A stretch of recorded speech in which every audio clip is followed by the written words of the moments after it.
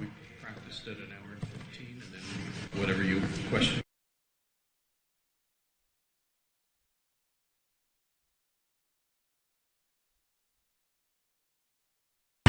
This is a special workshop, a special meeting that we're having to discuss our local control accountability planning effort.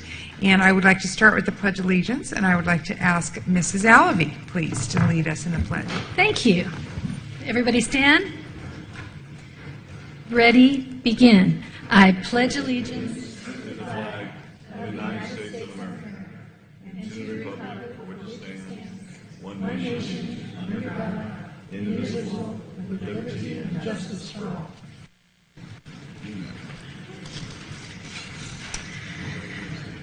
Good afternoon. Welcome. Do we have any public input on anything not on the agenda?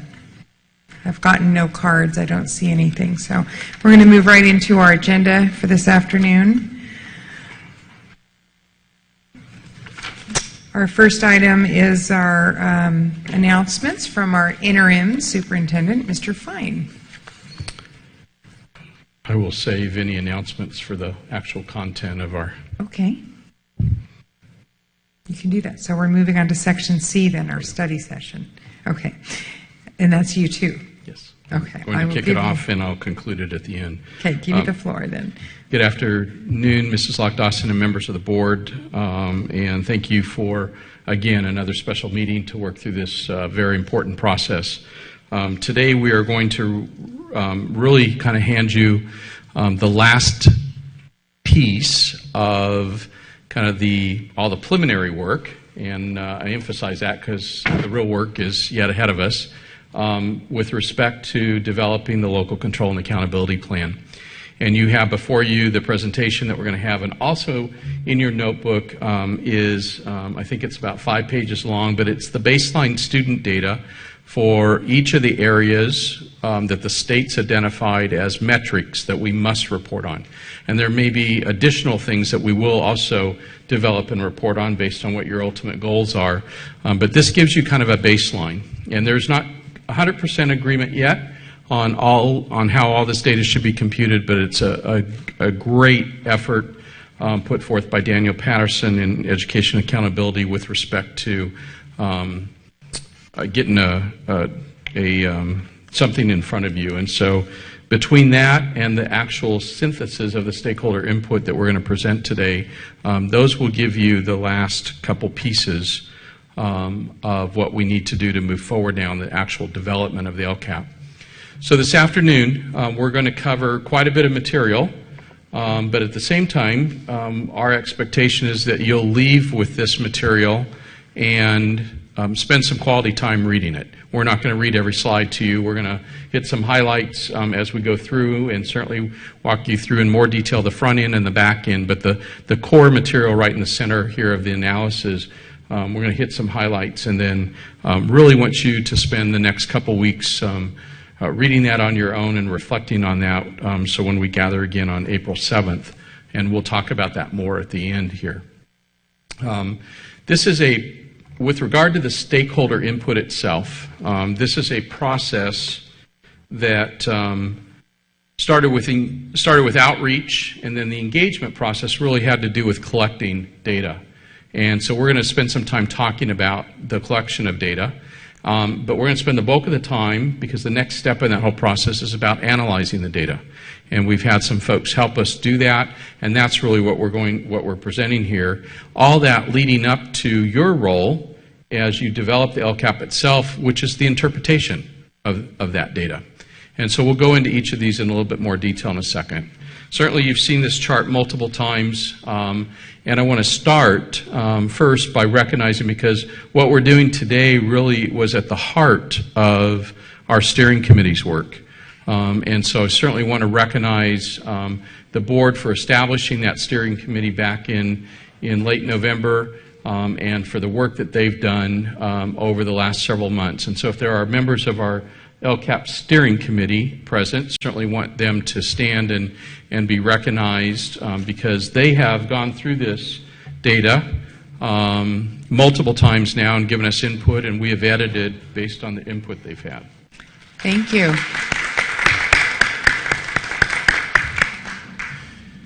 So what we're really focused on today is just what I said a few minutes ago. We engaged, we did some outreach with our stakeholders, and we engaged them, and actually, in our opinion, based on our history here in RUSD, we had a great response from them. And Gina's going to go into some of that in more detail in a few minutes, but roughly 1,600 points of input. Some of those points had one comment, some of those points may have had 10 comments, but an actual engagement of about 1,600 times, which is pretty good for us. And so that's where we're at in this step. We have also shared with you, and that is really, I want to back up, that input is really at the core of the collection of data, and then the line there about synthesizing stakeholder input to give to you is what we're doing today. That's really the step we're at right now. We've synthesized that data, and we're delivering it to you to help lead your efforts here in the month of April to actually develop that plan. And so that obviously leads to your consideration of that input. In some cases, you may choose to ignore that input. In other cases, you're going to follow it with absolute fidelity and precision, because that's what you hold to be important in your own minds as you govern the district. And so you'll have a variety of responses to it as you start to think about it over the next couple weeks. And I got a little bit ahead of myself, but this is the whole process about collecting. And so not only are we presenting you the stakeholder data that we collected at the points of input, but prior to today, and I know that everybody, not just you, but everybody has kind of eagerly awaited that point. We've heard all these comments now. You know, how do we put it into a meaningful form for the board to use? But over the last couple months, you've held, as you well know, a series of study sessions where we've shared with you 15, or we've shared with you so far 14 of the 15 existing plans. Tonight we gave you the baseline data in your notebook as well. We've talked multiple times about the 8 state priority areas. In fact, have created graphics where we almost map everything to that, because that ultimately is the expectation the state has of us. And within that, we've certainly also overlaid the board's existing goals. We actually treated the board's existing goals as an existing plan.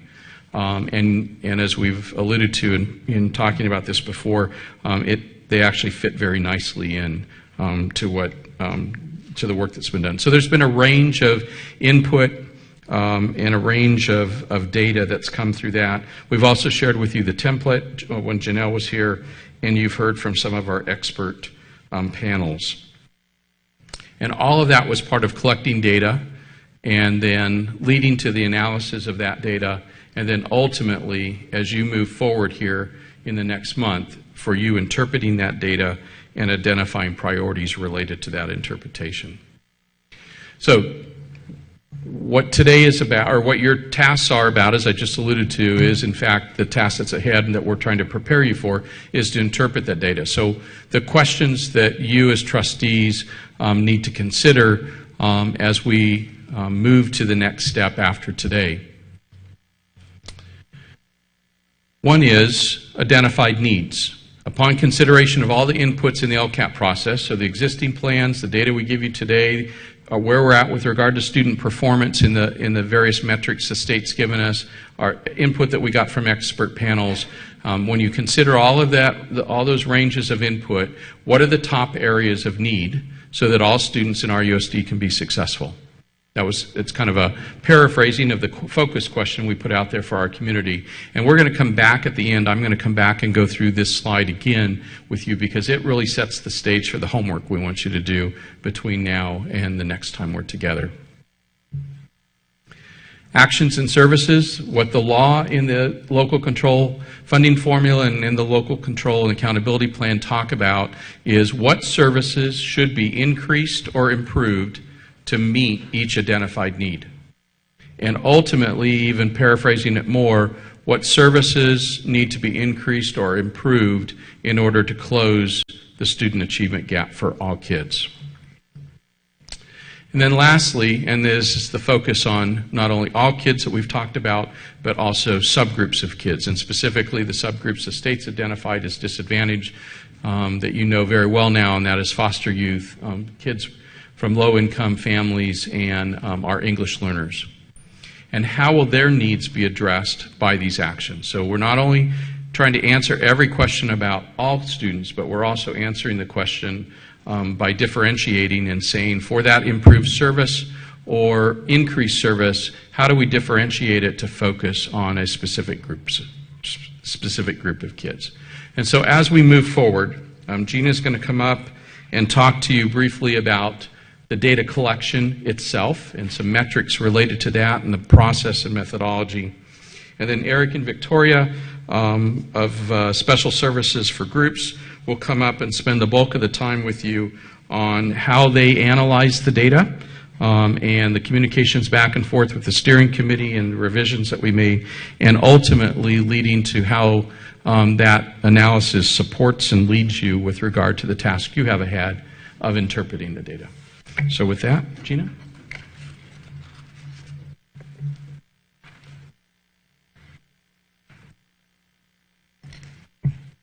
Mrs. Loch-Dawson, members of the board, I'm Gina Airy, and I first started working with you in November as a facilitator of this LCAP process to design it so that you could produce something that would be uniquely reflecting the needs of the students in RUSD.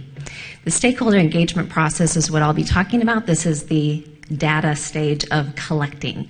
So our development process was designed to go above and beyond what the state required. So the state has those requirements, you know well from the visual of the process, about the review and adoption process, but we really put investment up front to make sure that our stakeholders knew that there was an opportunity for them to speak up. Between January 29th and February 24th, we had 12 community forums. So I'll speak about that first, and then I'll speak about written input. 9 of those meetings we called community meetings, and 3 were pretty much focus groups. You see that this is a summary of those 12 meetings, their dates, and then the attendees, and then the number of comment cards we had. So at meetings, people could speak up, or they could make a written comment on a comment card. We're very pleased, as Mr. Fine said, that we had over 1,000 total attendees. So this is counting every person at a meeting. Some people, of course, attended more than one.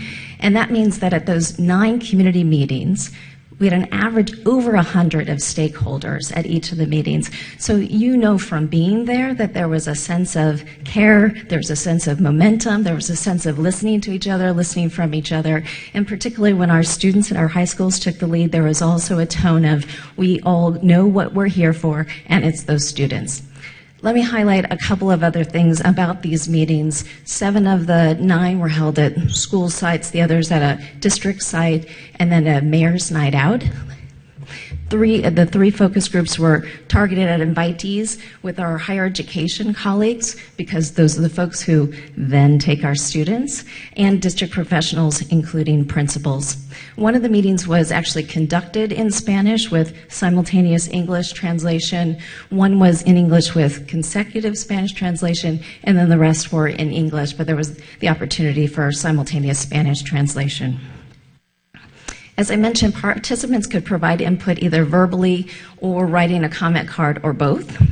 And we had a total of 414 comment cards across the 12 meetings. As Mike said, as Mr. Fine said, though, comments, whether on a card or online, often touched on many topics. Some were a single sentence, but some were much more substantial.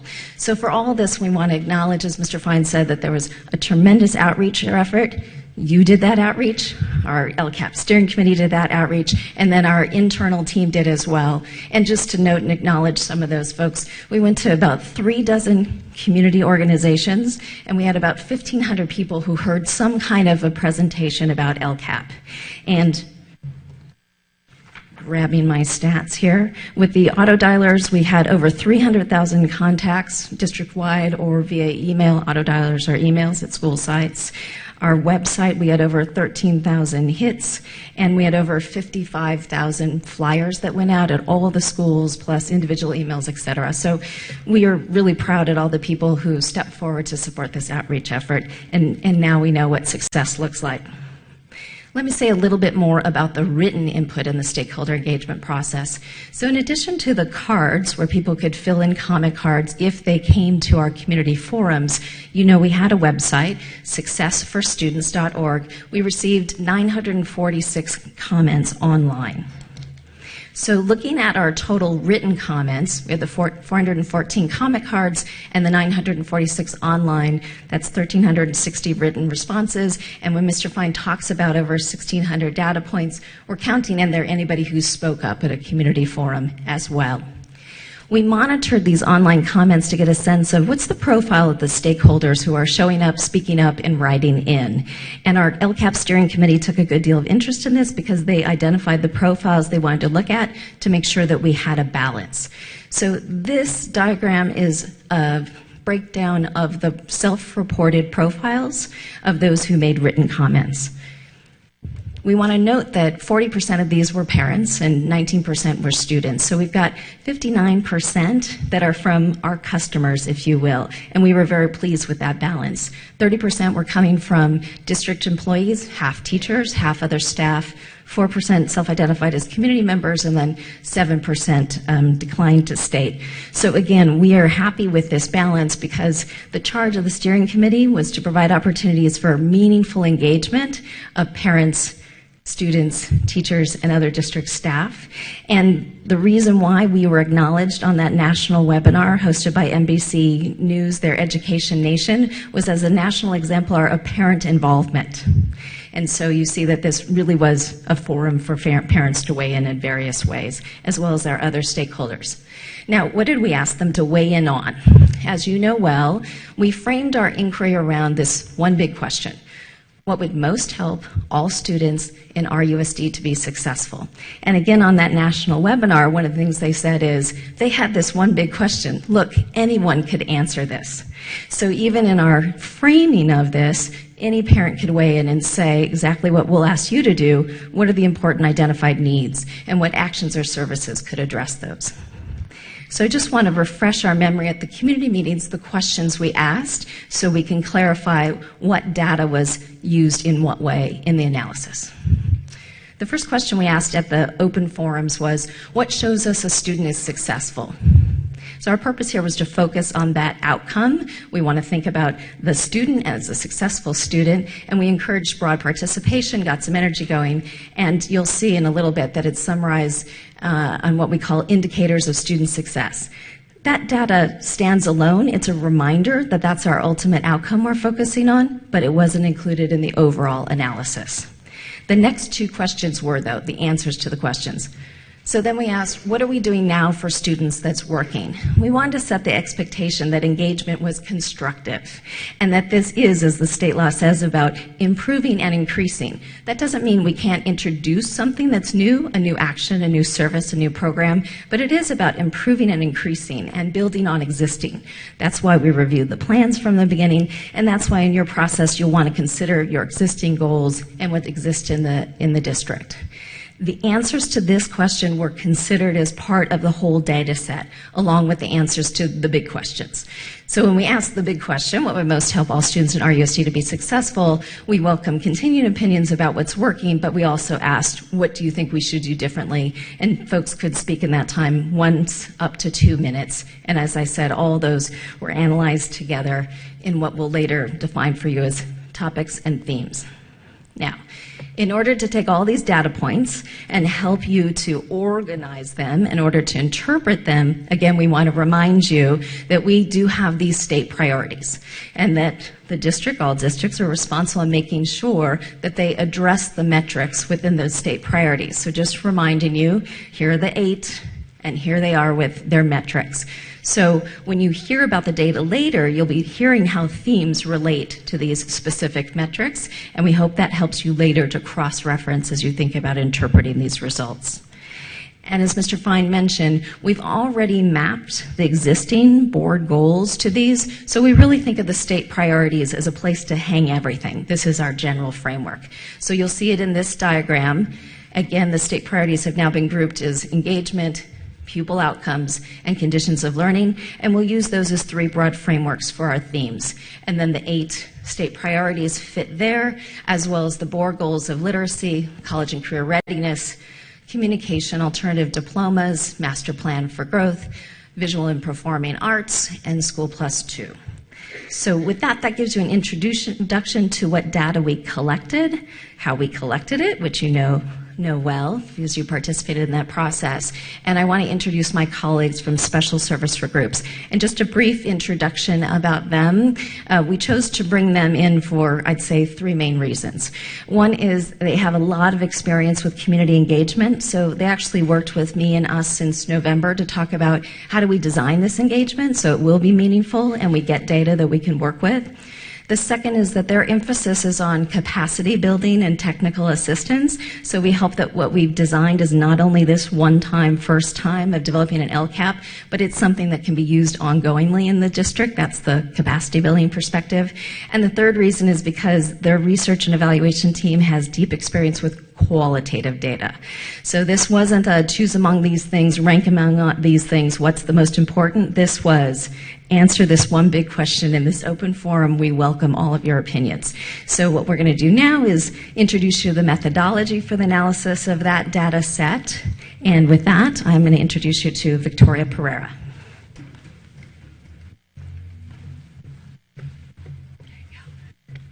Thank you, Gina. Good afternoon, Mrs. Lock-Dawson and members of the board. Before Eric and I, my colleague, go into the analysis of stakeholder engagement, I want to take a moment to go over some of our methodology and a couple of the limitations that are inherent in collecting data via an open community forum.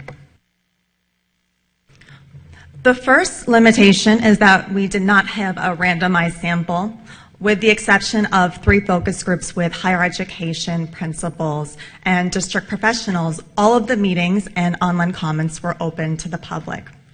And since an open forum does not guarantee that there will be a representative sample, the results from the stakeholder engagement cannot be generalized to the larger population. A second limitation of the data collection was that there were duplicated responses, and I think Gina and Mr. Fine have already touched on this. This means that community members could attend more than one meeting. They could also submit comments on comment cards and online. And despite these limitations, I do want to point out that this open forum design was still the most appropriate design to use given the high level of community engagement that Mr. Fine and Gina have already talked about and the broad range of opinions that were expressed. However, we would be remiss not to emphasize these limitations because they informed our methodology and they impacted the data that we received. For our methodology, we used a multi-step process to analyze the stakeholder input. We started by transcribing audio recordings of the community meetings and focus groups. Our next step was then to identify some topics. So we identified topics that were of interest to the stakeholders. We identified a tentative list, and after analyzing the comments from the first 3 community meetings, we focused our analysis on the community's answers to the second 2 questions. What are we doing now that's working, and what would most help our USD students be successful? After generating this list of tentative topics, we shared them with the stakeholder and Mr. Fine in early February and got their feedback, and we were able to refine these topics.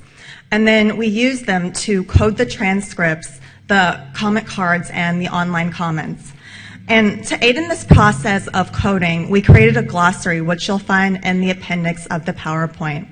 And this glossary has descriptions of all of the topics according to how the stakeholders define them. So these aren't standard RUSD definitions. They're definitions according to the community. We then moved on to the first of 3 levels of analysis. Our first level of analysis was to document the frequency with which each of these topics came up. And to complement these numbers, or this more quantitative data, we also did a content analysis. And The reason for doing this second level of analysis is to address one of the limitations of using just frequencies, and I'll go over that in the next slide. Our third level of analysis was to identify some broader themes under which we grouped all of the topics. And with this third level, it's really how we tell the story of the numbers. And with all of the data that we're going to share with you today, it really is the result of this iterative process where we shared the information, we shared our analysis with the steering committee and Mr. Fine. We got their feedback, we refined it, and then we did a more deep analysis. So I really want to emphasize that it was this repeated iterative process. Okay. Now, topics and themes are two terms that we're going to use a lot today to describe the information that we share. So I want to take a moment to define what they mean and also explain why we use these multiple levels of analysis. Topics are the most basic unit of analysis that we used, and topics are the 30 categories based on input from community meeting discussions, focus groups, and written comments. And as I mentioned before, you can find the descriptions of all of these topics in the appendix. And again, they are described based on the stakeholder input. Our first level of analysis, as I mentioned before, focuses on topics. And the frequencies that you see include only the topics. And we were careful not to just use frequencies alone for a couple of key reasons. The first reason is that the counts do not capture the range of opinions that were expressed about a topic. For example, with technology, we heard both positive and negative opinions about it. There are people who were big proponents of having textbooks over tablets and other people who felt that every student should have a device. We also heard technology mentioned in multiple contexts. There were some who talked about wanting to have a more robust education around technology, teaching students to code and how to use software. They also talked about it in terms of using technology as a way of communicating with parents and engaging with students. And despite this diversity of opinions around technology, they're all included in the counts. So in order to address this limitation, we grouped the topics into 7 key themes that emerged through our second level of analysis, the content analysis. And these themes are really a way of showing the relationships between the topics. They're also a way of contextualizing the data so it's easier to digest and it'll be easier for the interpretation. In addition, the key themes correspond with each of the 8 state priorities.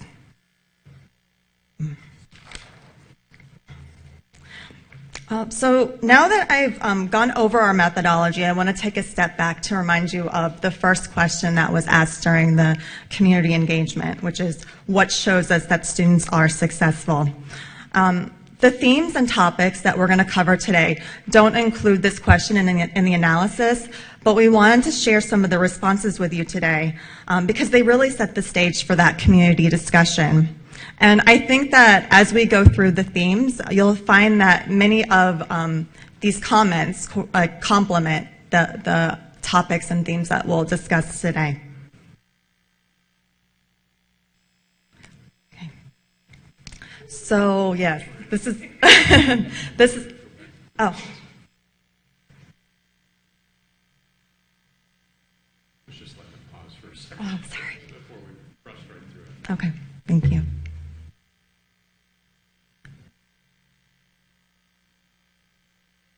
Okay. So in this table, okay, here's the table. In this table, we have the list of all 30 of our topics. And across the top, you'll see which meetings, which community meetings, and which focus groups that they came up in. On the very far right column, you'll see a reference to the order of a topic's frequency. And as you look at this slide, I just want you to remember that this is just the first level of analysis. And these topics by themselves don't really tell the full story of the stakeholder engagement. We go into more depth as we look at the content analysis, and we'll go into more depth when we go over the themes in just a moment. So this this schematic should look slightly familiar. These are the topics, all 30 of the topics mapped to the 8 state priorities. And with engagement, you can see that many of the topics that stakeholders brought up are grouped around parent engagement and student engagement. With pupil outcomes, you can see that a lot of comments and topics are grouped around student achievement and conditions of learning. There aren't quite as many topics, but there was still some good feedback from the community on each of these topics. And I do want to point out that you'll notice that some of them are in italics, and those topics that are in italics coincide with more than one state priority. Going back to the example of technology, you'll see it with basic services, parent engagement, and student achievement. Okay. And now I'd like to introduce Eric Watt, and he's going to take us through the themes. Thank you, Victoria. And good afternoon, Mrs. Lock-Dawson and members of the board. My name is Eric, and I just want to tell you that how pleased we are to be included in this LCAP process, a wonderful process. And we want to, as I'm going to continue what Victoria was saying about the first level of analysis. So we're moving to the second and third level of analysis. So you saw that in the previous slide, where we start grouping these topics according to state priority. So we're trying to tell a story by state priority so that to help you make some of these decisions. And so these are the themes that we come up with. You'll see that they are color-coded to the graphics. So the green is about the engagement priority group, and the purple is about the pupil outcomes priority group, and then also the conditions of learning is the orange one. So we'll go through each one of the theme in the time that we have. And I also want to just acknowledge that the steering committee actually gave us a lot of input in finalizing these themes. So we took a lot of the expertise and wisdom in coming up with this. So under engagement, we have 3 themes. The first one is foster positive student-adult relationships. The second one is create a positive learning environment. And the third is help parents support students' education. So they relate to the engagement priorities. And under pupil outcomes, we have 2 themes. One is improve achievement in core areas of study, and the other one is improve opportunities after graduation. And finally, under conditions of learning, the 2 themes are increase equity in educational access and also implement Common Core. And before I go into each theme, we sort of alphabetize them so to distinguish them. We want to show you how we are formatting it so you have an understanding of how to read this document. So each theme will always start with a word cloud, like the one that you see on slide 18. A word cloud, basically, we input some of these keywords into a word cloud generator, and depending on how often they appear, they're supposed to be the larger, the more time they appear in the transcript, the larger the words are. So we'll begin with a little nice graphic, so give you a snapshot of the key theme, and then we'll in the next slide will be a lot more text heavy. We'll first answer the question, how does this key theme address the metrics in state priorities? So we'll talk about that. And then the following bullets has to do with the topics that related under this theme. So we'll give you a summary sentence or 2 about the topic, and then you'll see these quote boxes. And we think that it won't be doing justice to the community engagement if we don't include the wonderful voices that lend these stories to us. So we want to make sure that you have those too to help you make the decisions. So let's go back to this question. How does this theme foster positive student-adult relationship relate to the engagement? The other thing I want to say is there's a tab on the right-hand side, so you know which theme we are talking about. So right now we're in key theme A, so that's why there's an A up there. So this theme has to do with engagement because it has to do with improving the attendance and graduation rate and decreasing absenteeism and fewer suspensions and expulsions. So we'll talk about, so a lot of the comments that you'll hear will relate to some of these metrics that I just shared with you. So according to stakeholders, how can RUSD foster positive student-adult relationship? So school climate came up a lot. Stakeholders believe that positive relationship with adults can help students develop a sense of accountability, not only to themselves, but also to other people. And this is really a key to providing a safe, respectful, caring, and engaging learning environment at school. So below it, you see a couple of quotes. I like the first one because the student in this case was talking about how the school can be like your family away from home. So that's really important in building a positive student-adult relationship. It's really about like building a family outside of your family. The other thing is professional development. Stakeholders talked about sometimes it's very challenging, especially for new teachers, to teach effectively. And so stakeholders were talking about mentoring programs. They talked about having a space for teachers to share with one another their strategies on how to manage a classroom, how to increase student participation, and how to teach different grade levels or different knowledge levels within the same classroom. So there's a lot of peer mentoring that were being shared.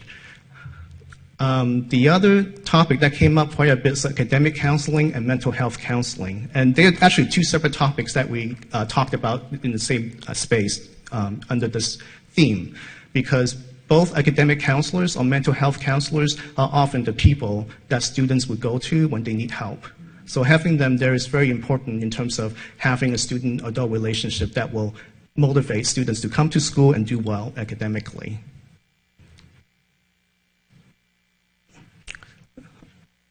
Cultural competence and staff diversity was also brought up by stakeholders, and for those who believe that this is an important topic, they think that by having a workforce that is reflective of the community demographics of the populations that they serve, students might be able to go to people who they think will understand where they're coming from if they have a problem, because maybe these teachers or counselors have gone through it before and they have, succeeded in spite of the challenges that the student might be facing.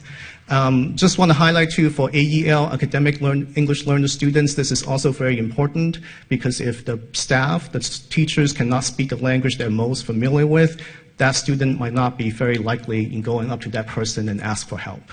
So that cultural competence, linguistic capacity is really important too. Enrichment activities showed up in this key theme, and you'll actually see enrichment activities show up in other key themes as well. It's one of those topics that come up quite a bit. So when we say enrichment activities, we talked about not only the visual arts and performing arts classes, we also include extracurricular activities, like student newspapers, student government, after-school programs, sports. So this is just different ways for students to have interaction with teachers and staff outside the classroom, so they feel more comfortable with them. And really be able to build a relationship based on the student's interest rather than just instruction.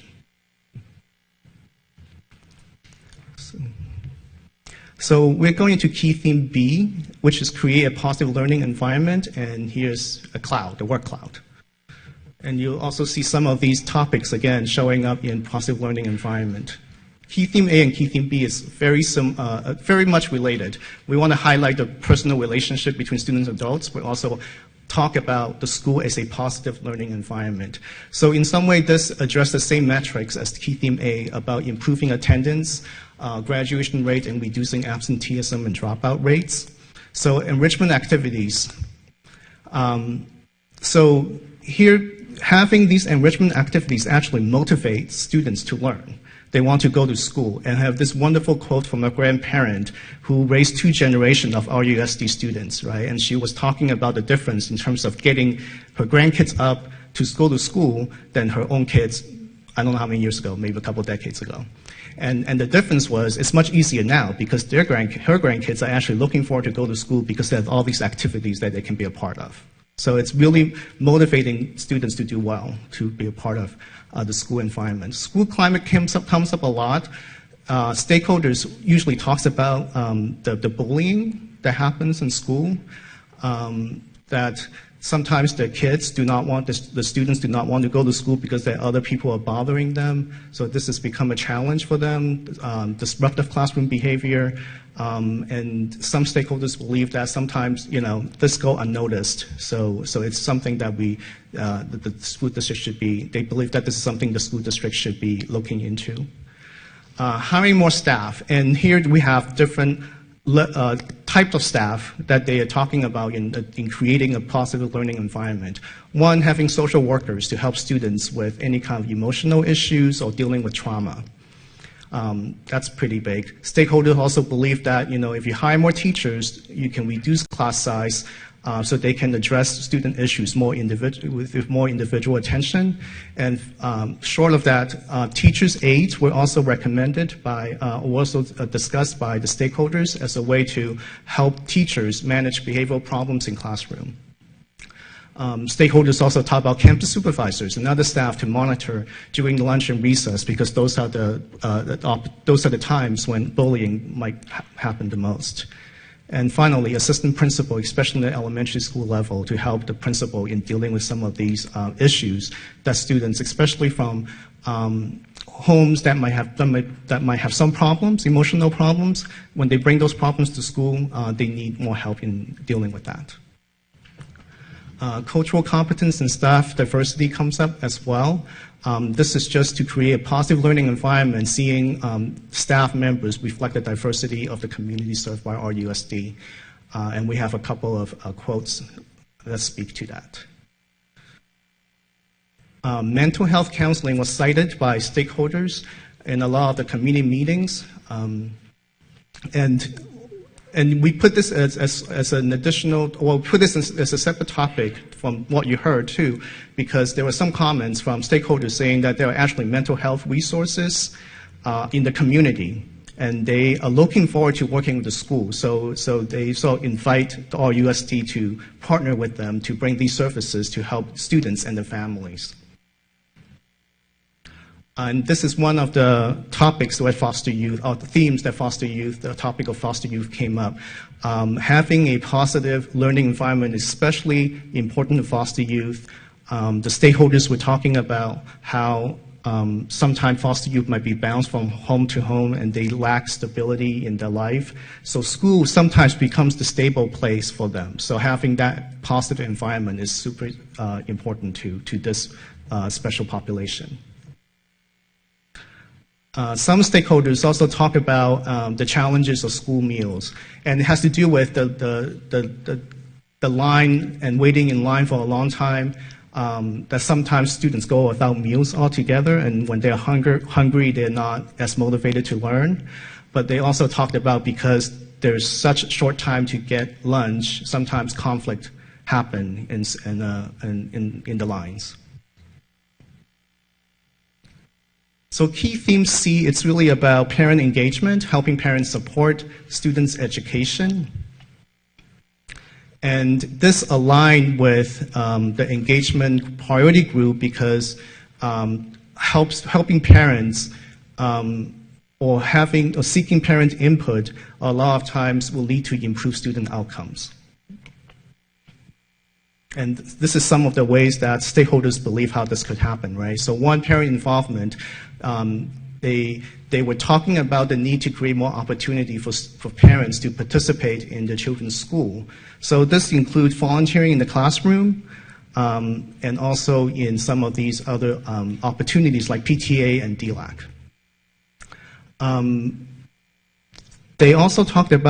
Stakeholders also talked about the need for parents to build enough skills to participate in or get involved in the children's education, right?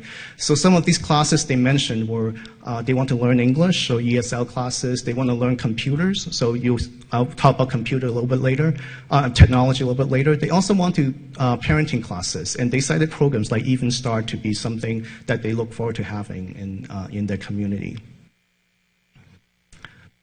Staff diversity, cultural competence staff diversity comes up as well, especially if you're dealing with a immigrant population whose language, first language might not be English. Sometimes it's really important to have, stakeholders believe that it's really important to have staff who can speak to them in their own language so they can communicate to the progress of the students.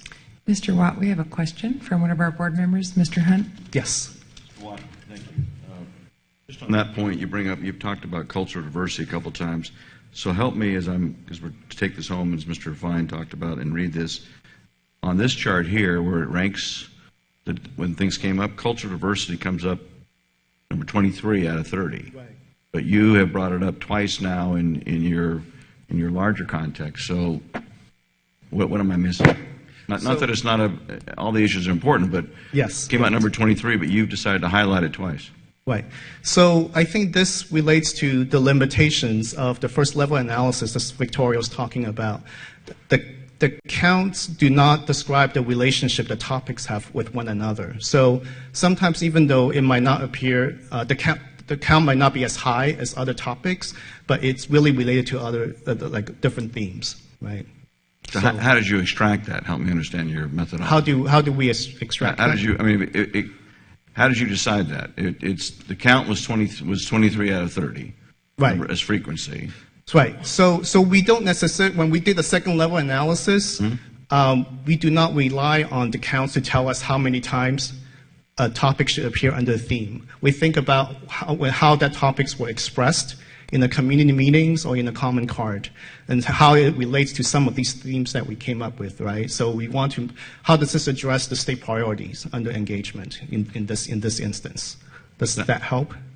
It does. I'm still trying to understand. I'm just trying to get in your head how you made that connection, that diversity of a staff was connected to a state priority, even though it was mentioned. Engagement? Uh-huh. Even though it was mentioned in the bottom third amount of frequent times. It's how it was mentioned, or is there? Yeah, it's how it was mentioned. The veracity of Right. it. So the example that Victoria used earlier was technology. Technology was mentioned, and you'll see it later, actually on this slide, technology is mentioned under engagement because it's a way to engage parents.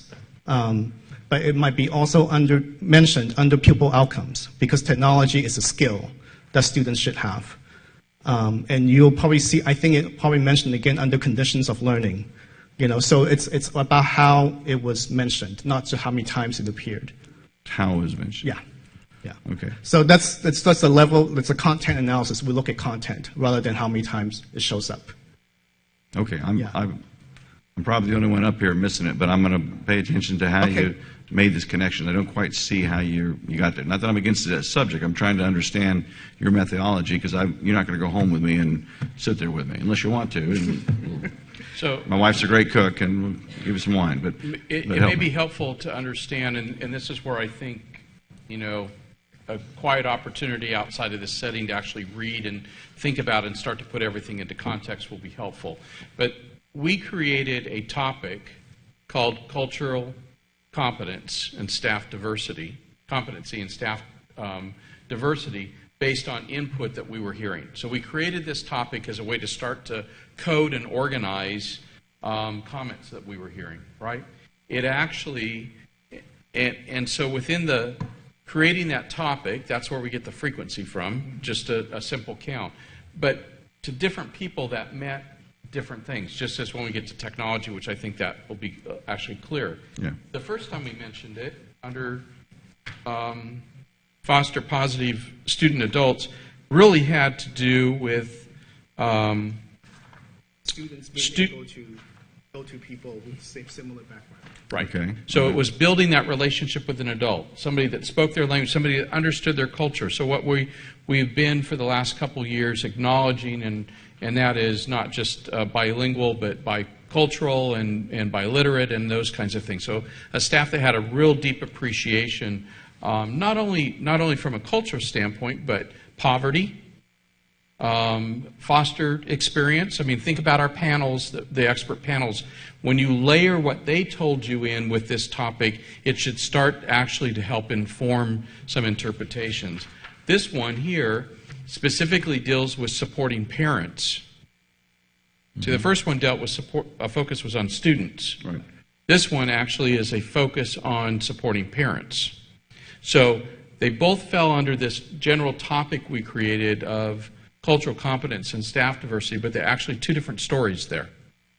And so in the case of the difference between key theme A and key theme C, one's a focus on student-adult relationships, and this one, key theme C, is a focus on how we can help parents support their child's education.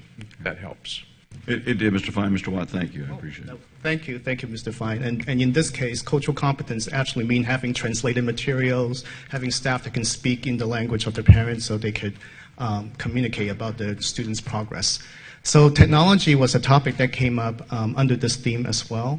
Stakeholders were talking about online programs like Haiku and Aries, or just the ability to email teachers, right? And it's being something that's really helpful to them. But also there was some concern expressed that many low-income parents also lack computer equipment or access to the internet at home. So there's there's some issues about computer literacy that needs to be addressed if we want to use these programs effectively or optimally. College readiness comes up under helping parents support students' education. This is especially true for those stakeholders who are talking as first-generation college student or aspirational first-generation college students. So even when the parents are supportive of that aspiration, they still need a lot of information, like what kind of classes are required and how much money does it cost to go to college. So we have this wonderful quote from a student who talked about now he got her mom to understand why he wanted to go to college, but now she's overwhelmed by how much cost there is. So there's some understanding of financial resources available. It's really important to sort of allay some of these fears that parents have. Common Core comes up. Common Core will be another key theme down the line, but we want to highlight this here because we did hear from the stakeholders who expressed some concerns about how Common Core is being implemented and whether or not there's a role for parents to play in the implementation. So they want to have a better understanding. They want to be active. So that's great. Special needs comes up because there's a lot of complexity around individualized education plan or IEP procedures and evaluation. So parents of special needs students, according to both teachers, special ed teachers, as well as those parents, they want a little bit more support and communication with those teachers. So we're moving into the pupil outcomes priority group, and those are the purple. The first one is improving achievement in core areas of study. So this very evident, in terms of how it related to the pupil outcomes. It has to do with raising the API or the Academic Performance Index for our USD schools, leading to English proficiency for English learners, so you improve the reclassification rate, and helping students to be more prepared for college by helping them pass AP exam at a higher level. So these are metrics that are under the state priorities and how this theme is related to those metrics. So we talked about, the stakeholders talked about core instruction, especially around language and literacy, and they were able to identify a few really effective programs that they want to see more of. Accelerator is one. Read 180 and Point Day were other examples that were cited by stakeholders. And this is a quote from a stakeholder, from a parent, who talked about how Accelerator Reader has actually gotten her son to love reading. And there's also almost just as many comments about core instruction in math and science. Here, stakeholders were not able to cite as many effective programs, but they do want to see more STEM strategies being more accessible to all students instead of just the STEM academy. And they also talked about, the stakeholders also talked about teacher training through projects like Pythagoras. Technology comes up in this case because, and this is actually very interesting, it's probably one of the most nuanced topic under this theme. I think Victoria mentioned this. There are people who love the tablets and people who think the tablets, it's not as helpful.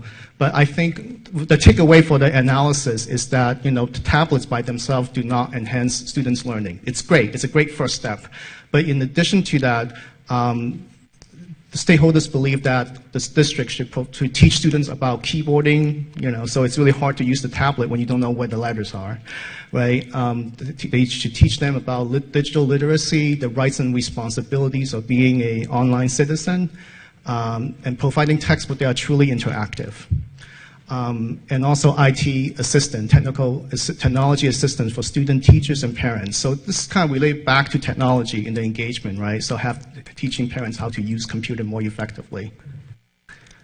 Preschool came up to stakeholders. Many stakeholders believe that preschool absolutely gives students a strong foundation for their later learning. And we had this wonderful quote from a parent and a teacher talked about how preschool does that. Both in terms of teaching them the basic knowledge, but also the social emotional development of young children. Enrichment activity comes up, and here stakeholders talked about the importance of having enrichment activities as a way for students to apply what they learned in the classroom to a real-life situation. So it kind of makes learning alive for them. So these are opportunities for them to take what they learned outside the classroom. So we have this wonderful quote from a grandparent who talked about when she was in RUSD, she's also an alum, she was sewing for a theater production. And in sewing the costume, she's actually understanding math a lot more, right? So it's great. This is why we include these quotes. The quotes are great. Individualized academic support comes up quite a bit from the stakeholders, and this is sort of the recognition that students have different learning styles, and they all need different types of support, including tutoring and homework support, right? So this is not only for struggling students, but we heard a lot from stakeholders about the need for higher achieving students to have this kind of support, especially if they're taking very challenging subjects. They don't want to be left out of that. And we also talked about, stakeholders also talked about cultural competent programs and curricula that will support students in populations where there is an achievement gap. And this also includes academic English learners, AEL. We talked about, we combined hiring more staff and class size from the stakeholders' comments into this because the two are related. It has to do with having a teacher-student ratio that makes, that stakeholders believe make it difficult for teachers to teach effectively. And there are also a lot of comments from stakeholders about how students are at different levels, and sometimes the teachers might have to leave struggling students behind, or they leave the advanced students board because they have to take care of the struggling students. So stakeholders suggested hiring more teachers to reduce class size, or at least hiring more teacher aides or administrative support staff to support the teachers so that they can focus on the teaching.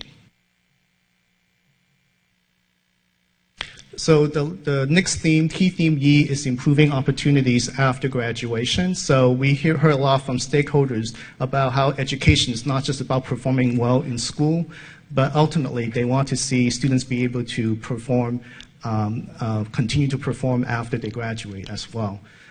So it's sort of related to a lot of the pupil outcomes that we talked about in the previous theme, but I think this also it's also related to a lot of indicators of success that you saw in one of the slides that Victoria showed you in terms of being a lifetime learner, having critical thinking and problem-solving skills, and having good employment down the line, right? So under this theme, we have several topics. The first one is college readiness. According to stakeholders, and they talked a lot about things like AVID, they want to see more of that, right? But they also mentioned other programs like any kind of advanced placement and also international baccalaureate. These are programs that help high school students set higher education goals and career plans. So it's about having programs, but also, as the second quote in this quote box mentioned, it's also having a college-going culture at the school, that you promote this school-wide and not just having like programs. The second topic that comes up for stakeholders is career readiness. And there were a lot of comments about how not every student from RUSD is going to go to college, at least not immediately. So they need help in terms of figuring out what the career path is. And so there are a lot of suggestions from the stakeholders around vocational schools of technical classes, and we listed some topics here. Some stakeholders also emphasize that career readiness is important for students who are going to college as well. So there's some discussion around having internships from local businesses and communities available to students.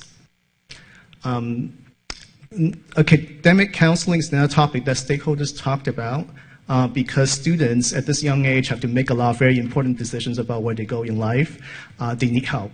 And academic counsel is very important in providing some guidance in terms of the kind of things that they need to do in order to be who they want to be, right? Help them figure out what they want to do, whether it's college or career. And related to this theme, we talk about hire more staff and professional development.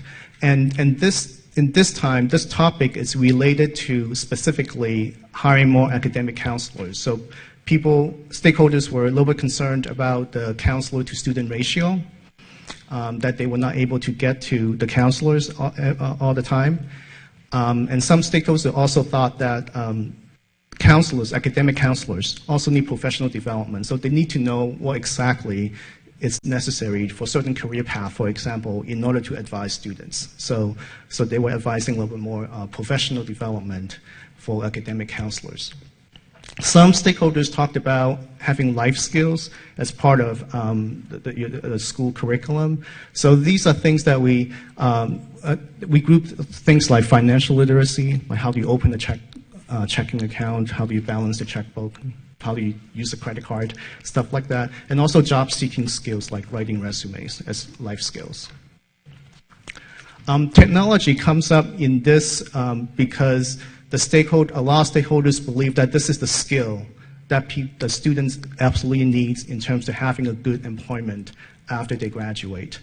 And some people talked about it's not just it's just sort of reinforce some of the points earlier around technology. It's about being comfortable with technology, knowing how to use software, but maybe even coding, not just how to use software, but actually create applications, right? So we have this great quote from a staff at RUSD who used to be a trucker, and she talked about how even trucking now, and you don't think it has to do a lot of technology, but the trucker cannot talk to the dispatcher without some understanding of technology. So it's so pervasive that it's very important to teach students at this point. Language immersion. Some stakeholders also talked about the importance of knowing more than one language. And so language immersion is really about that, ability to speak multiple languages so that can be more appealing in the job market. And some stakeholders also talked about it should beyond English and Spanish to include other languages as well. I forgot to mention that when you see some quotes ending with 2 asterisks, those are actually quotes in Spanish that either someone on our team translated into English. So we want to make sure that those perspectives are captured as well. Some stakeholders talked about the importance of continuation school, about giving second chance to those students who are falling through the cracks. And we have a wonderful quote from a person who talked about Lincoln High School for that. So I'm going to ask Victoria back up to talk about the last 2 themes. We're almost there, so I want to thank you for your patience. The last 2 themes has to do with conditions of learning.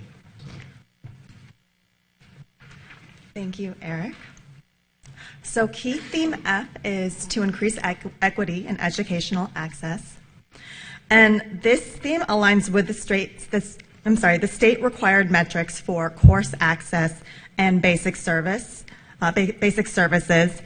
The topics that are related to this topic include course access, technology, facilities, and graduation expenses. For course access, community members and RUSD staff commented that they would like to see more equitable access to required courses throughout the school year and during summer school. They identified academic counselors as people who could help to address this issue if it is a result of students not making informed decisions about their course selection. Technology was another area discussed, but in the context of this theme, it's having functioning, good quality equipment as well as the bandwidth needed to support it. And again, the frequency that it comes up isn't quite as important as the context. And as we've seen, technology has come up quite a bit, but it's been explained in many different ways, just to reflect the stakeholder input. For facilities, stakeholders discussed the need to have well-maintained school facilities district-wide, and some pointed to differences in facilities that result from growth areas within the district. The final topic under this theme is covering the cost of required graduation expenses like cap and gown. This was cited by a need by many of the student attendees of the community meetings, and it's a particular concern for low-income students who may not have the financial resources available to them to be able to cover these costs. Okay. And our last key theme G, is to implement Common Core. And this theme is aligned with the state-required metric for Common Core. And the topics that are related to this theme are Common Core and professional development. For Common Core, Eric already touched on this in key theme C. But for Common Core, we encountered a wide range of opinions from the parents. Some of them expressed an urgency to implement Common Core in order to ensure that the school district and their students are prepared when it transitions in. However, many parents were also unclear about what Common Core is and why the current system is changing. So there were some who indicated the need for parent education and communication around when it's going to start and what it's going to look like. And our final topic of the last theme is professional development. Stakeholders not only discussed the need for professional development for teachers to learn the curriculum, but also for standardized instruction on how to teach the students the computer skills like keyboarding that are needed to participate in Common Core. Okay. And with that, I'm going to ask Mr. Fine to come back to do some closing comments.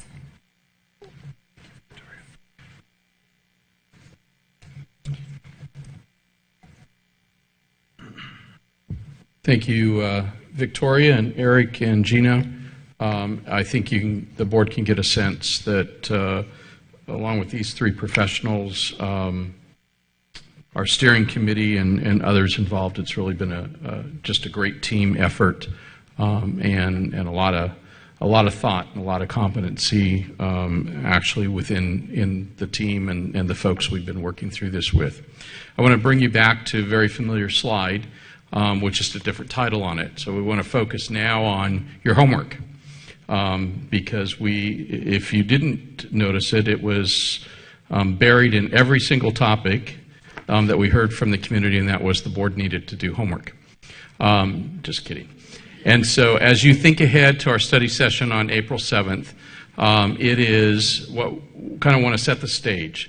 So we have worked through the outreach to our stakeholders and the engagement to our stakeholders.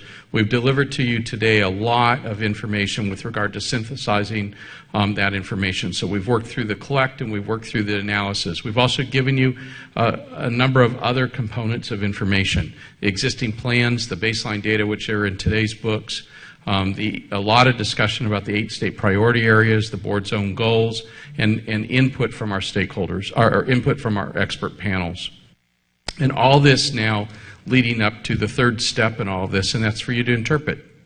And for us, I think collectively, to interpret and certainly help you, and we stand ready to do that. So our encouragement really to you at this point is to go away with what we've given you tonight, to read it carefully. And I think to Mr. Hunt's question earlier, I think after you've gone through it a couple times, you'll start to understand some of the interconnectedness and why a topic shows up more than once, even though it may not have been on the frequency as high, let's say, on a frequency chart.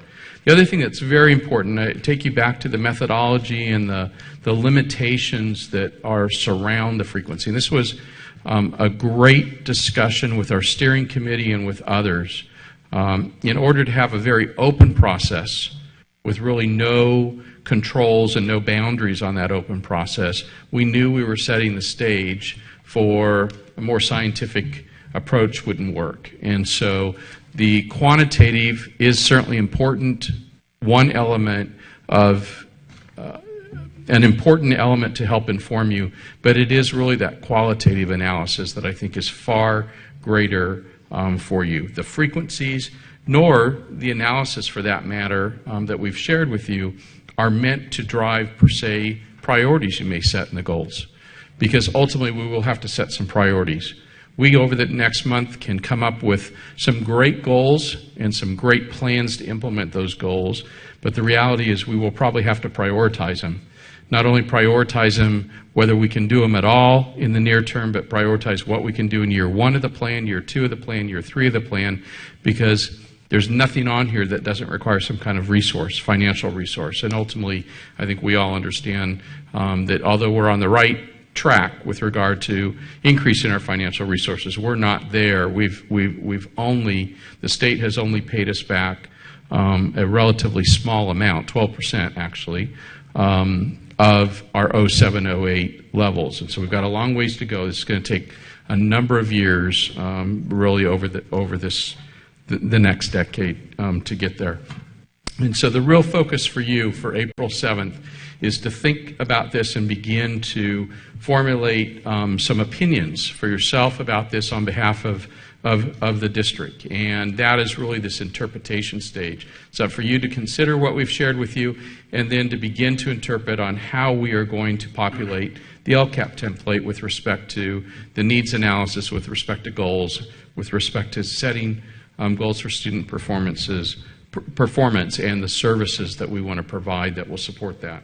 So I'm going to come back to the same slide that I started with, and that is the steps involved in interpreting the data that you need to take into consideration are identifying some top needs. And my encouragement to you is that you come to the 7th prepared maybe to identify your top 3. And 3 is kind of a random number. Some of you may come with 2, and some of you may come with 10. But I think at least from 3, we'll start to see if there's some consensus too. And for where we have consensus, that will give us some great guidance with respect to what to work on immediately as far as starting to flush out some details. So I'm going to give you an example of one of those in just a second. And then certainly remind you this is about increasing and improving services. And as Gina already alluded to, it's not about not starting something new. Something new absolutely falls in that category about increasing and improving services. But it also doesn't mean that we have to throw everything out that we're doing. There may be some things we want to set aside. Excuse me, I'm sorry. Mrs. Alabi has a question for you. I just wanted to clarify, because I have a long-standing trip and will be missing the April 7th meeting, and I'm concerned that you're setting 3 areas of major concern without my input. I hate to say that. I would really hate to not have a chance to weigh in. So how do you want me to handle my homework? I don't know what access you'll have to email or anything, but Mrs. Alvey, even a note, a phone call at some point, be happy to take that leading up to the 7th. And as you and I have talked even previously, there's no decisions. What we're really trying to get to is start to reflect on what you saw here. That certainly is going to drive some questions. It's going to drive some additional work that staff needs to do. So it was more a preliminary indicator than it was anything else. But is it whittling down to the priorities yet, is what I want to know. No, not at all. That's a step that comes later. Okay. So my question following that, Mr. Fine, is so what is the outcome of the meeting of the 7th? What does that look like? Well, we're looking for your reaction to this. We're looking for some of your initial interpretations. And I think the reason for asking for, say, 3 was simply so that you express those and we start to see whether you saw the same things. We may, if we were to limit it to 3, we may have 15 different items. All 5 of you may choose 3 different kinds of things. Obviously, there's a greater task ahead of us in a case like that than if we ended up with 9 items because there was so much commonality. Because you appreciate it, especially as you weigh these against your existing goals, about what is. You've already had some dialogue on some of these things related to establishing your existing goals last spring. So in no way is it meant to be a limiting factor. It is meant to be a starting point. We have not figured out yet. We have our own work to do in the next 2 weeks, and that is how we help you in that meeting setting, how we help facilitate that, to ultimately start to work through a process, Mrs. Alvey, that you'll clearly have an opportunity to be involved in over the course of that month. And hold up, Mrs. Cloud has a question too. I just a clarification. As I'm looking through this and reviewing our goals as a board, I see a lot of overlap. So, if I think that we need to focus on K3, it's right there. So I mean, shouldn't this be kind of our template? Is that our template, or is this our template? Or So, is it just crossover, or what? So a couple ways to answer that. The first thing is we have to address all 8 state priorities. We don't get a choice. That's the law. And that's why we've used that as the core to map everything to, including your existing board goals. So I hope you have understood all along. We have treated the existing board goals as existing work we're doing, and nowhere along this line have we suggested you throw those out and start over. In fact, they have laid, as you just observed, Mrs. Cloud, they've actually laid in there's a nice relationship to them. You might think about some refinement. I'll give you one example. After you've gone through this a couple times, and it takes several times, I've been through it probably 5 times, and I don't by any means have this down. And lots of others have read through it many times as well. After you've done that, you might find that your goal number 2 related to college and career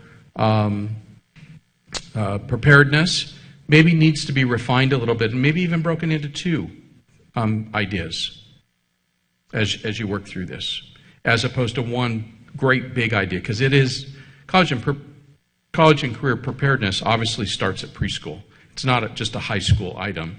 And so there are some things all through this document that ultimately lead to that. Because it's not also, as we fully understand, just about academic preparation. It's about social preparation. It's about collaborative efforts and knowing how to collaborate. It's about being good digital citizens. It's about being good citizens, period. So lots of pieces that are in here. So that would be one thing. Literacy, clearly there are some things in here that support the board's goal on number 1. There are clearly some things in here that support the board's goal on number 3, which is communication. If you read the detail that the board wrote about that, it's about 2-way communication, right? Not just pushing things out, but also receiving back. And actually, this process has been wonderful support of that. But you might also start to think about, is it just communication, or is it also that maybe a broader look at what we're doing to support parents, and then parent engagement, parent education? Or maybe that's a whole separate goal. Maybe that's a goal 8 or a goal 9 or something. So all that to say, Mrs. Cloud, is there's nothing in here that would lead us to say that you weren't right on the mark last spring when you developed those 7 goals. There may be some refinement. There may be a couple different words if you wanted to align them right up to the community input that you might choose to use, but nothing that would say those aren't important and that our community doesn't recognize the importance of many of those. Well, that's just what I would say. I mean, it seems to me like we're kind of in the ballpark with these. Very much so. It's in now the infield. Okay, I'll take that. Hitting a home run. So we're just kind of refining. So even as I kind of noted my areas where they kind of line up with this, and that'll probably be true, for most of us. So we're just going to refine. In part, that's why I think when I have the idea of come back on the 7th with 3 of your, that's actually, after you've gone through it a couple times, is not going to be a difficult task. I worried about how we were going to take 1,600 comments and make some sense out of them. And I was worried that was a task that was going to be very difficult. In fact, the collective team really made, well, Eric and Victoria may not agree with this, but really made that easy. And I think once you get your hands into that and your eyes into there and your thought process going, you're going to find, I think, the same thing. So I want to leave you with this format of identifying needs, actions and services, and student subgroups. This isn't exactly the templates of the LCAP, but it's darn close. So identified needs would be those goals that we want to reach towards, and actions and services. What are we going to do to increase and improve services to close the achievement gap and support our students, and then certainly attention to all students and our subgroups of students. And so I'm going to give you one example here just so you can kind of see the work that's ahead of us. And by no means walk away thinking this is a comprehensive look at student support, especially with respect to counseling. It's not. It is a couple thoughts put on a piece of paper simply as an example. So one of the things that you heard throughout this was this idea of supporting our students differently or through increased and improved services. Those include planned and intentional guidance related to career preparation. Those may include planned and intentional guidance related to college options, college selection, college admissions process, and certainly financial aid that was just alluded to would be embedded in those types of things. We also heard a lot about under the topic called mental health. We heard this from our parents, we heard this from our school staffs, we heard this from our teachers, we heard this from our administrators and our principals. It was a very, very common element to all of this. What do we need to be doing as a district to better support our collective community that we deal with each day in our schools with respect to wellness and behavioral interventions? We know that one student can cause learning, frankly, to stop in a classroom that impacts not just that one student, but impacts the other 25, 26, 27, or 30 kids in that classroom. And so what kinds of things should we begin to focus on? So as an example, if we put all those under some category called counselors, how would we counseling, how would we increase or improve counseling? And there are some examples, and these examples could go on for pages very candidly. Supplement the current, so an action that we may take would be to supplement the current staffing to include additional counselors at each middle and high school to specifically serve college-going programs such as AVID, International Baccalaureate, Puente, Heritage Plan, or Career Tech Ed, which the new term that we're trying to introduce and get us thinking about is this idea about pathways for students to follow. That is not just adding a counselor by way of formula and dividing the alphabet up differently, because I think that's what we do today, and I don't think ultimately that's, if we heard from our professionals, that's how we're going to get to the goal that we have. It is supporting very specific things, and in the course of doing that, we will reduce the caseload with everybody else.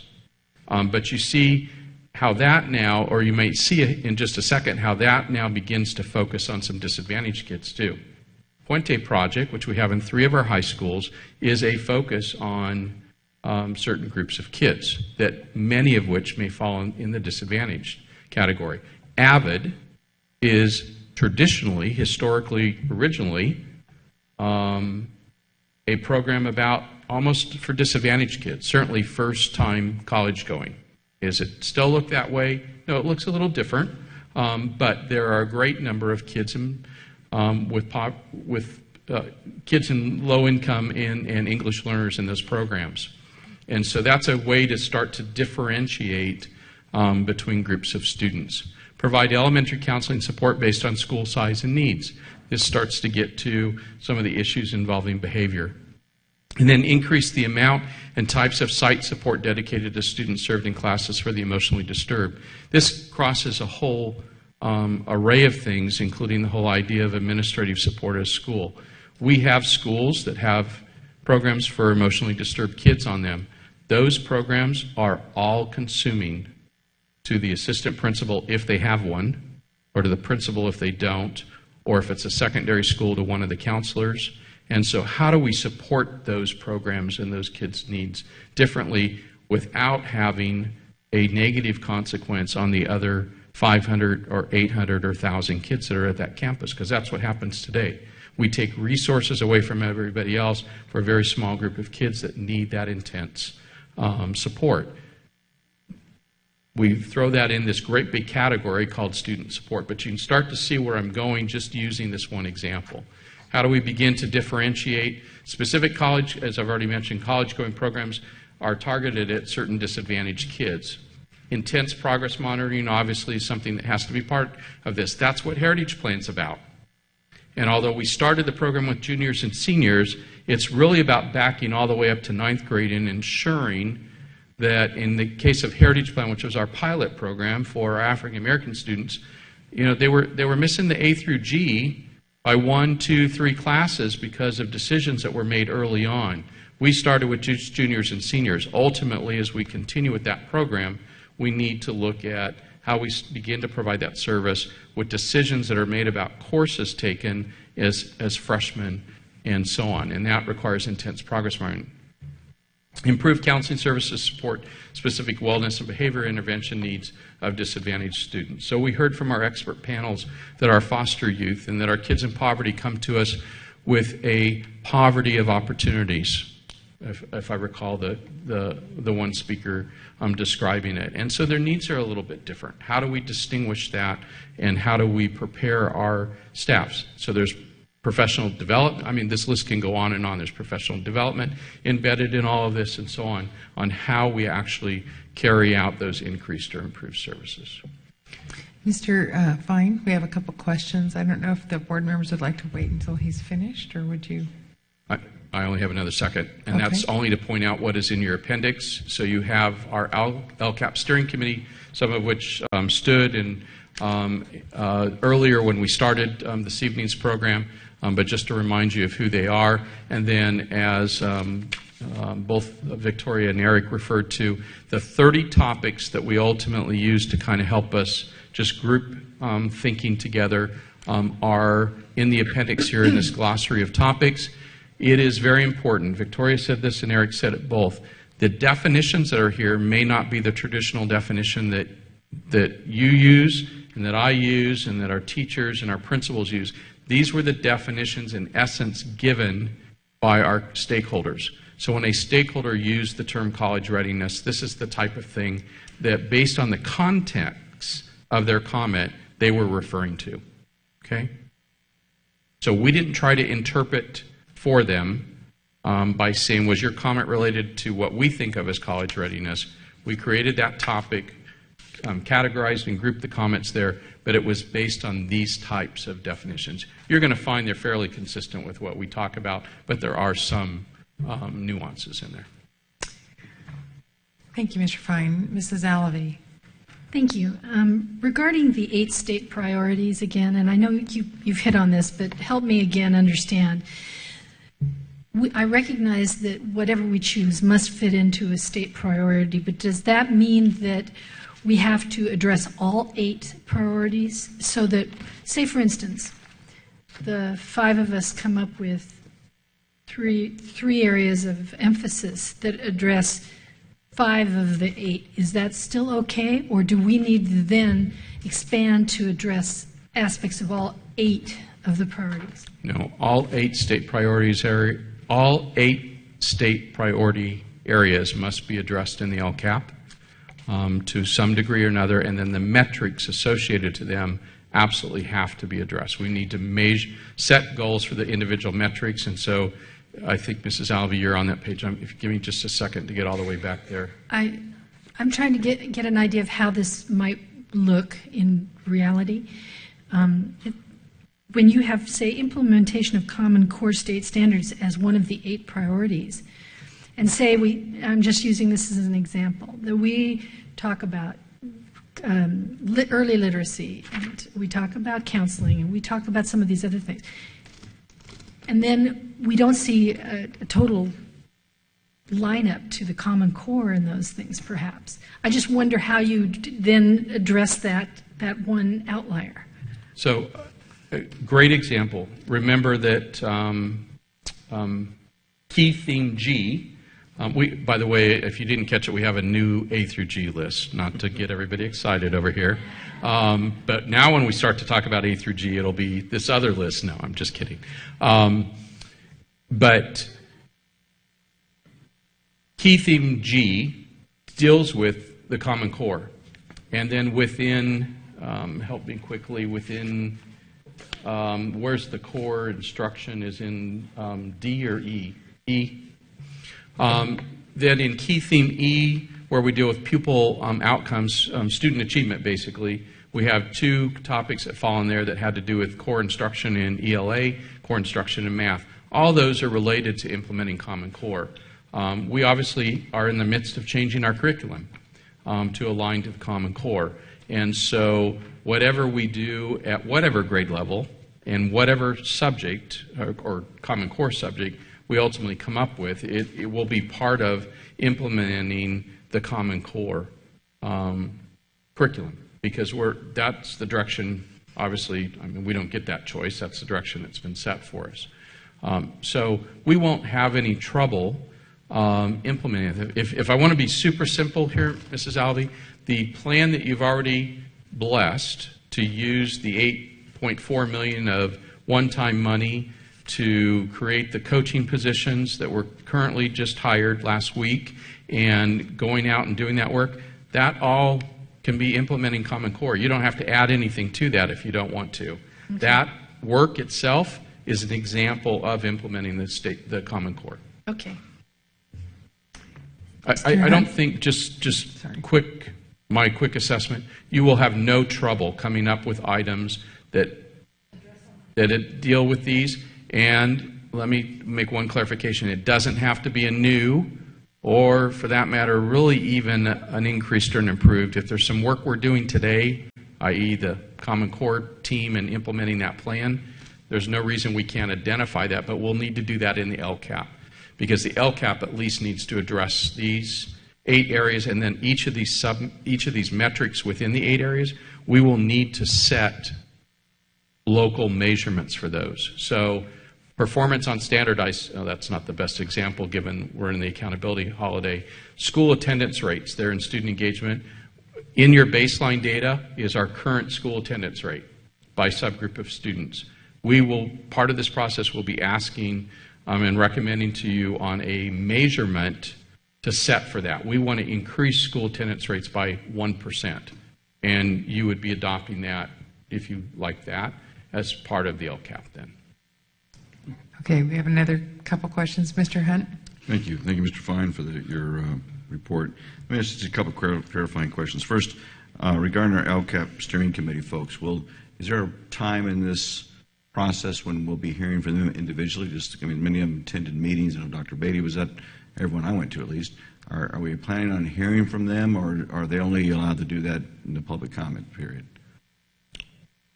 Well, it wasn't designed that they come here and report to you directly. That wasn't part of their charge. But you will actually hear from them. They are the first stakeholder group that once the plan is drafted, that we will go back to and share the plan, and then any comments they have to be recorded, brought to you, and we have to respond to those comments in writing. That's under the law. So their comments now I should consider here? Are they getting comments? Well, their comments to us are reflected in the presentation you just got, in that they may have said, we had a great discussion about the quotes. Were the quotes helpful? The quotes aren't helpful? What's the range of quotes? How many quotes should be in? So comments like that were all incorporated, and we revised. This is version 6 or 7 of this presentation. So they spent 2 meetings earlier this month reviewing this draft presentation as it was evolving, and gave us comments, and those comments are their collective comments are incorporated here. So you're going to take what we come up with and take to them to fact check it, or? So now we actually start the process where the law starts. So going back to our process chart, remember that if you draw a line right down the center of this chart, everything to the left is what we added to personalize it that we thought was appropriate for Riverside Unified. Everything to the right, which is where we're at right now, is covered in the legislation. You must now develop a draft plan, and once that plan, we have to go to certain stakeholder groups. And those stakeholder groups are actually the middle green circle where it says community review. But again, we customized this to Riverside, and we added our steering committee as the first reviewers, because in theory, they're at this point the most knowledgeable of our broad stakeholder groups on everything that's been done. So we'll go to them and get their first reaction to it, and then we'll move to DLAC, CDAC, and our employee groups, because that's what the law calls for. Okay. Well, speaking of those employee groups, the several of us attended. I think all of us attended various of the open meetings. But tell us a little bit about, because it tends to, I think, weigh heavily on how you do your. And I know it's Mr. Watt. This topics and frequencies. I'm going to learn not just to look at that, but and try to get into it all. But it's interesting to me, and I think we all have a great respect for our principals and the captains they are of the ships. I mean, there are some items here. I mean, mental health counseling, they pretty much agree with the common crowd out there. They don't comment on life skills at all, where that's huge in our hearings. But in professional development, I mean, there's a whatever 15 means there. It's a big one. So how do those happen? Can the board have access to those notes of those? Because those focus groups were differently, I'm assuming, Gina. Same way? They were open meetings? They weren't open meetings, the exact same process. The same 3 questions were asked. We worked through it. They were allowed, when we got to the 3rd question, they were allowed 1 comment for no more than 2 minutes. The only exception in that was our higher ed partners, where we sat around a table and had lunch together, and we didn't limit their comments. One person could comment as much, and at that meeting we didn't record it. There wasn't an audio tape running. We took notes instead. Otherwise, the other 2 focus groups, we were absolutely consistent with following our process. Well, I would like, and I'm asking you then, can the board have access to those notes from when you meet with our professionals? With all respect to parents like myself, I'm going to be very interested in what a Dale Kinnear has to say versus a Tom Hunt. I mean, really, I want to understand the people that are in the field. I'd like to see their notes and their input. So, absolutely. It's just so you know, it's 150 pages. Oh, I love homework. Oh, okay. If you really want that is part of the data collection, which we're now at the interpretation stage. But absolutely, we'll be happy to print those for you. I don't think I'm speaking for myself up here on this board. We respect the principals very much. They're in the trenches every day. They know, what doors are squeaking and what teachers need to have what support. And so I would really like to have if I'm going to go home and look at this, and Mrs. Alavi's got to take it on the road, I think their voice is important to have at our table. Mr. Hunt, I don't want to talk you out of those comments at all in any way, but let me offer this because I know it exists. Both our elementary principals and our secondary principals produced originally intended to make a presentation to us in that setting, but our format wasn't set up to take a presentation, and we wanted to be consistent in our process. I have both of those presentations. I don't want them to get angry with me, but I will tell you, some of those were very informed items, as opposed to a free-for-all. That's not always termed a positive idea, but instead of a free flow of information, some of those were more directed. And so I have both of those presentations. They gave them to me, and we've had those. Those were not shared with the team because that wasn't consistent with our process, but we have those to help inform us, and they are very informative with respect to when we get into the details about specific actions to take, not goals per se, but specific actions to take. They are about how do we help with regard to literacy. These are some things that we need to do. And so we fully intend to utilize those. That's why we had that focus group. Our principals are our instructional leaders. And so we went to them and held that special meeting, but we followed our process in so doing. They gave us separately then their planned presentation that, frankly, we didn't allow them to give. We made them follow the process. And so we have that to help inform us when we get into the details. Well, I Be happy to share that with I you. trust you, Mr. Fine. You give me, if you need to deduct something or whatever, it's No, fine. But I don't think there's anything to redact. I'd be Redact. happy to share that with the board. And lastly, just going back to Mr. Watson, years of my exchange, and maybe again I'm the only one to get this. So just because the issue is about increasing diversity on our staff, so that our staff has life experiences and education experiences that relate to our young people, right? I was looking at you as I'm saying this. So if for a moment, and I'm not saying I agree or disagree with that, but let's say I agree with it, then am I at the point where I'm coming to you and saying, well, Mr. Interim Superintendent, what do we do about that? Or do I say, let's change in a public, in fact, I would ask you, in a public hiring process, can we give more weight to life experience or that you came from the barrio or?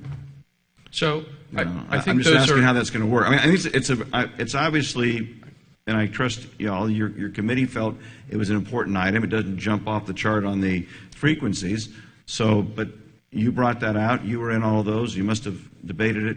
So help me understand how I can catch that wave, and also what are we going to do about it that we try to do? So don't forget as you work through this that this isn't your only input. You also heard from expert panels, and you have those. You have existing plans, Yes, sir. and so on. And so one of the things we heard certainly from our expert panels, and it was reflected in our community input as well in some of this category, was that our staff needs to have some of those same experiences and reflect our community. And so there are lots of ways to go about that without, quote unquote, setting a quota or some type of other more draconian kinds of things.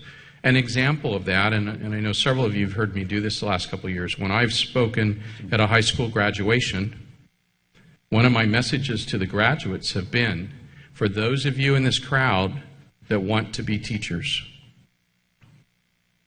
go to school, do your thing, get your credential, and when you have everything in order, you call me or you email me, and we will guarantee you an interview. We won't guarantee you a job. We can't do that. It's your job to turn the interview into a job. Why do we want to do that? Because that's our community setting there. They reflect our classrooms. They reflect our community. We want them to come back into our system. And we need to take the next step, not just teachers, but other staff. And Mrs. Mills and I have had this conversation. We need to be asking, as one of the first questions on job applications, in fact, it's there now, where a couple of weeks ago we moved to entirely online application processing. One of the first questions in that process is, what high school did you go to?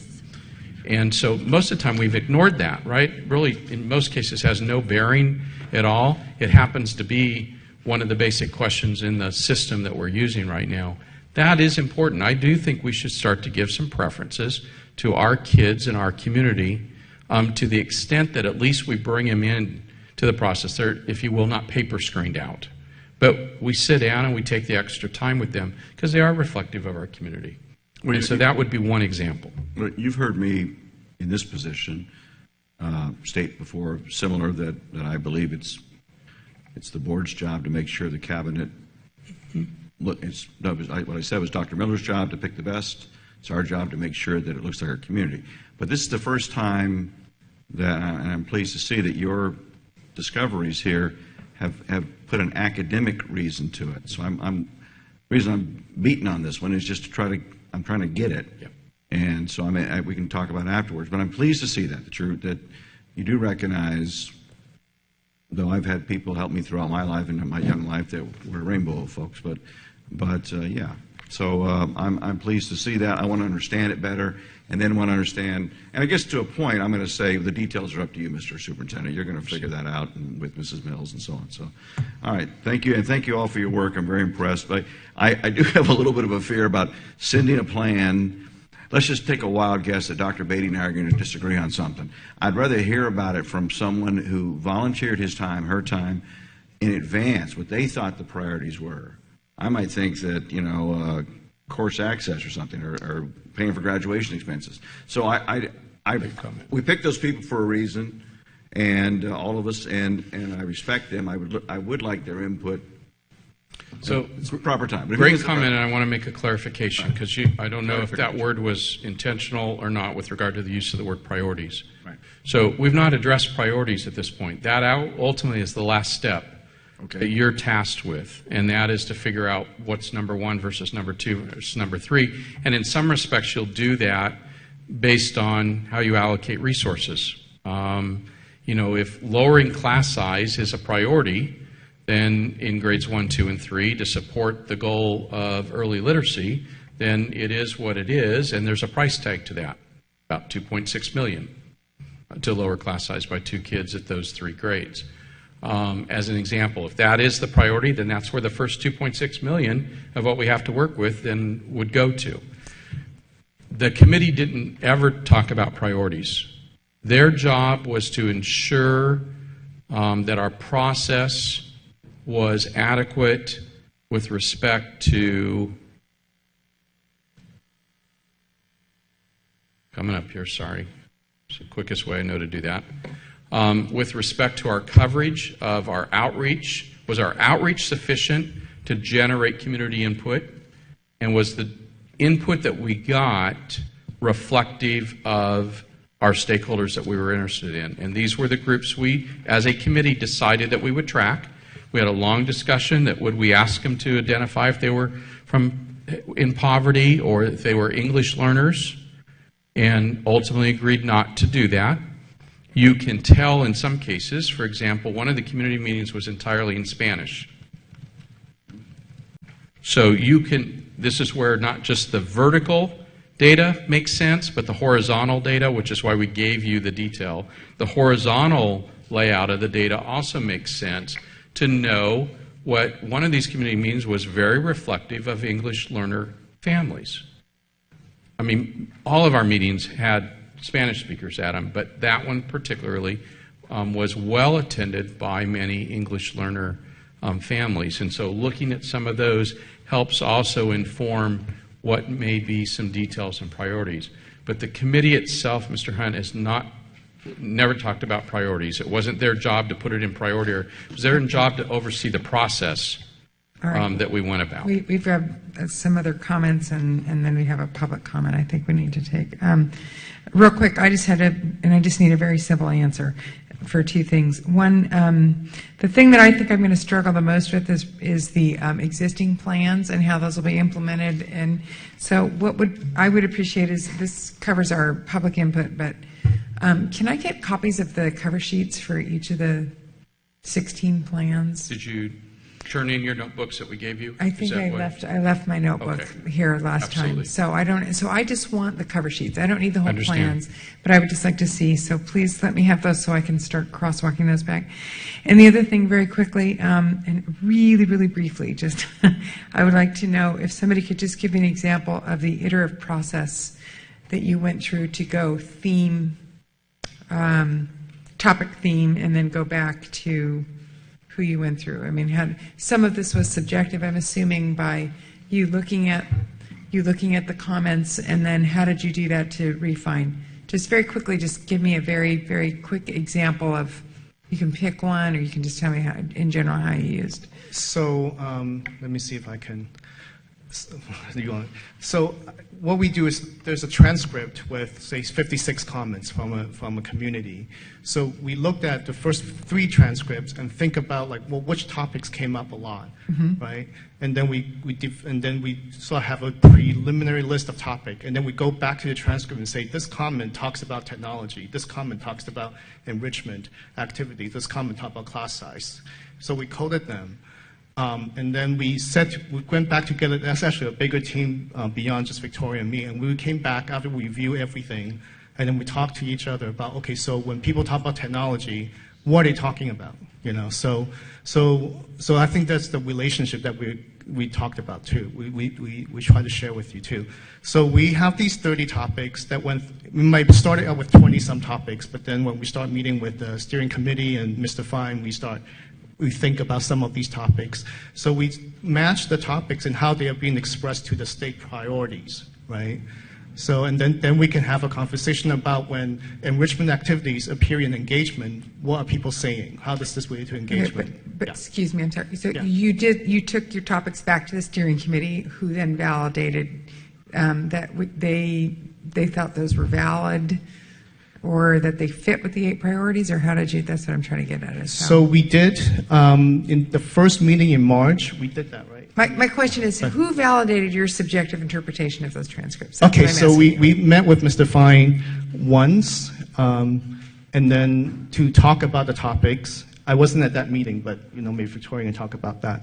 And then we went back with that feedback, we went to the steering committee with our topics, and they gave us, and then we developed a glossary so they know what we mean when we say foster youth or one of those topics.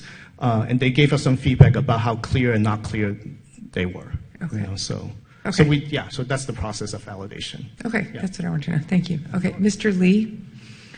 My question, Mr. Fine, you brought up a good point about costs.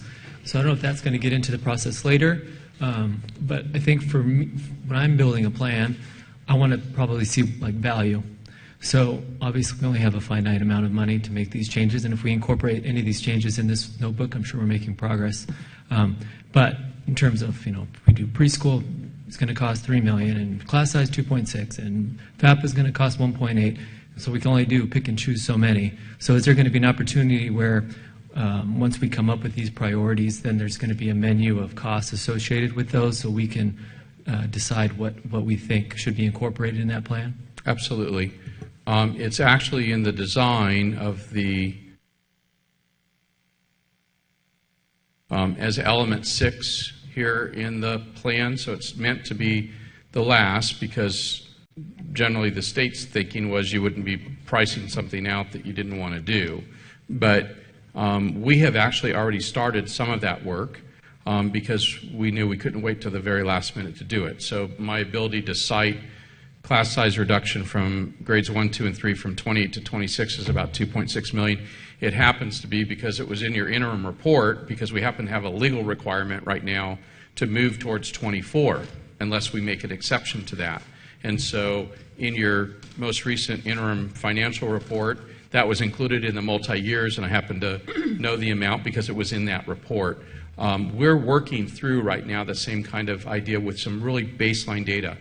What does a counselor cost? What is lowering the counselor ratio by 100 kids cost? What is a preschool classroom cost? And really what we're doing is building a database for ourselves so that as we work through these details and you come up with something, it won't be quite overnight, but the goal was we knew we couldn't spend a lot of time because we're running out of time to be able to go cost. We'll have a database to go right to and look some things up and have it already. So I fully expect before you bless the final draft plan, you're going to want to know the draft plan, not the final plan. I used a lot of terms in there. Before you are okay with even the draft plan, before we go out to the community review, that you're going to want to know whether what's in there is affordable or not. We expect to be able to help you with that. And just a follow-up, and then will there be some guidance in terms of how those priorities and the costs of those priorities apply towards different subgroups of students? Yes. Okay. So that is the importance of the 8 state priority area metrics and measurements. Is that each of these measurements, when you get a chance to look at the baseline data we gave you tonight in your book, that each of these metrics, most of them, are by student subgroup. And so you will have to set for share of students determined prepared for college by the early assessment program, for example, we have baseline data there by student subgroup, and you'll have to set a different measurement for each subgroup. Or you don't. You could have the same measurement, but you'll have to address each subgroup. And yes, if you say we want to increase that share by 5% for all students and 10% for academic English learners, that drives a different resource need because that's a different level of service probably to accomplish that. So, sorry, one more. Is that okay? One more thing, just to clarify. So, in terms of, for instance, let's say the arts, right? You're going to increase access to courses for the arts. How do we justify to the state in our plan that we are going to assist, ELA students or foster youth students that we're getting extra money for that are going to benefit from the arts? Is it that they'll have more access, or we have X number of percentage taking those classes now, and we're going to increase it to this percentage? Well, that would be a place that we could start to look. Do we have a disproportionate enrollment in some of our art classes based on student subgroup? And if we want to correct that so that that enrollment is more reflective of our total population, then that could be a local goal that you would set. We would add that to the priority area that is other student outcomes, because you get to set whatever you want in other student outcomes as a way of increasing. In fact, it actually gets to course access in some respects, and that is that we're ensuring that all kids have access, or right now they do have access, but drawn even to it. So maybe that could also be an introduction of a class, an art class on South American art or Latino art or something like that even. So it could even lead to the development of a new class, potentially. Thanks, Brent. We've received a comment, a request to public comment from Mr. Lopez. Mr. Lopez, is this on the agenda, or is this is not, okay, so this is all right. Will the board allow, if it's, we had our public input prior to our, for items not on the agenda, but if the board will allow it, would you let can we go back to item A and let Mr. Lopez come forward and give him his 3 minutes? Okay. Criticizing one of us? Is he criticizing one of us? Are you criticizing one of us, Mr. Lopez? That's the deciding factor. All right. Thank you, Mr. Lopez. Always good input, Mr. Yeah, come on, and let's have. So actually, I came this evening to thank the board and staff for. Well, we'll always listen to that. For two activities that the district sponsored that I observed and volunteered with. One was on October 5th, and it was, I forgot the title of it, but I remember you were there, Ms. Lock-Dawson, that Senator Roth had co-sponsored along with the district, the college fair. It was just tremendous. It was more than a college fair. It was an excellent event. So as a parent within the district and a resident of the district for many years, I just wanted to thank the board for that event. Thank you. And as you all know, and maybe some of you attended on Saturday at Arlington High School, the Parent Summit event. Another tremendous event. It's just, in my view, as a resident, as a parent, just tremendous to meet the parents, Spanish-speaking parents in particular, that are meeting life's challenges and raising children with all the challenges we all face, but with the added pressures of the language barrier in some instances, and in other instances, immigration status issues. And so the parents that I met on those two occasions, it was just tremendous, and the role of the district in putting that together, and the staff they just do such a tremendous job, particularly there at Arlington High School.